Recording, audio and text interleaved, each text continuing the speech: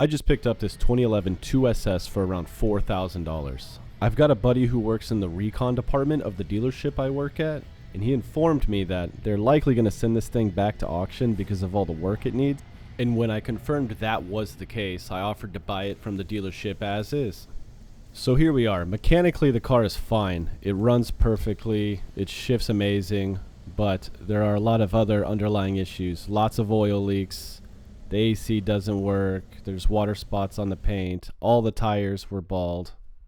So here we're just starting a time lapse of the first major repairs I'm making to the car.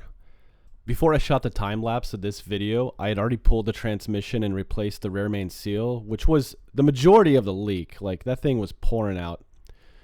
While I was there, obviously I did a clutch, slave cylinder, the whole shebang. I had more in-depth footage of that, but I took my GoPro snorkeling the next day and the screen cracked and ruined the GoPro and the memory card. But honestly, I'm probably going to dig back in there again because after pulling off that flywheel and seeing how heavy it is, literally the flywheels on these cars must weigh 30 pounds. I'm probably going to get a lightened flywheel and install that because that is nuts when a flywheel weighs this much as a torque converter. But yeah, replacing that rear main seal cleaned up most of the leaks. The car wasn't dripping oil on the floor if it was just sitting. But there was still oil leaks. The oil pan, the rack is leaking. In addition to the rack leaking, the inner tie rods had play. So I went ahead and picked up a GM Genuine rack assembly from Rock Auto, which was very reasonable in price compared to some of the import stuff I work on. So to replace the rack and the oil pan gasket, and I guess actually the condenser, the subframe needs to come out unless you want to hack up your subframe, which I didn't really want to do. All in all, these things are pretty straightforward to work on. I got everything done in 3 to 5 hours. I went ahead and aligned it afterward and got the AC charged up after the condenser replacement.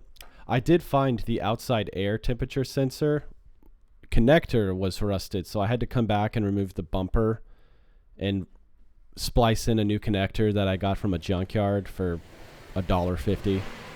So in addition to this job, I've done a bunch of other little maintenance stuff to it. Spark plugs, fluids, all that good stuff. So as the car sits now, it's back in proper working order and actually makes a pretty decent daily driver, but I didn't buy it just to be a daily driver. It's definitely going to be a toy too, a nice little weekend warrior. And now that I got her all fixed up, I can start focusing more on the fun stuff. I acquired a set of these Falcon RT660s locally, and the wheels are on the way. So hopefully within a month or two, I'll have this thing at an autocross or a drag strip so I can have a little fun. And when the wheels come in, I'll post a video or pictures or put something together to let you know how they do. See you guys later.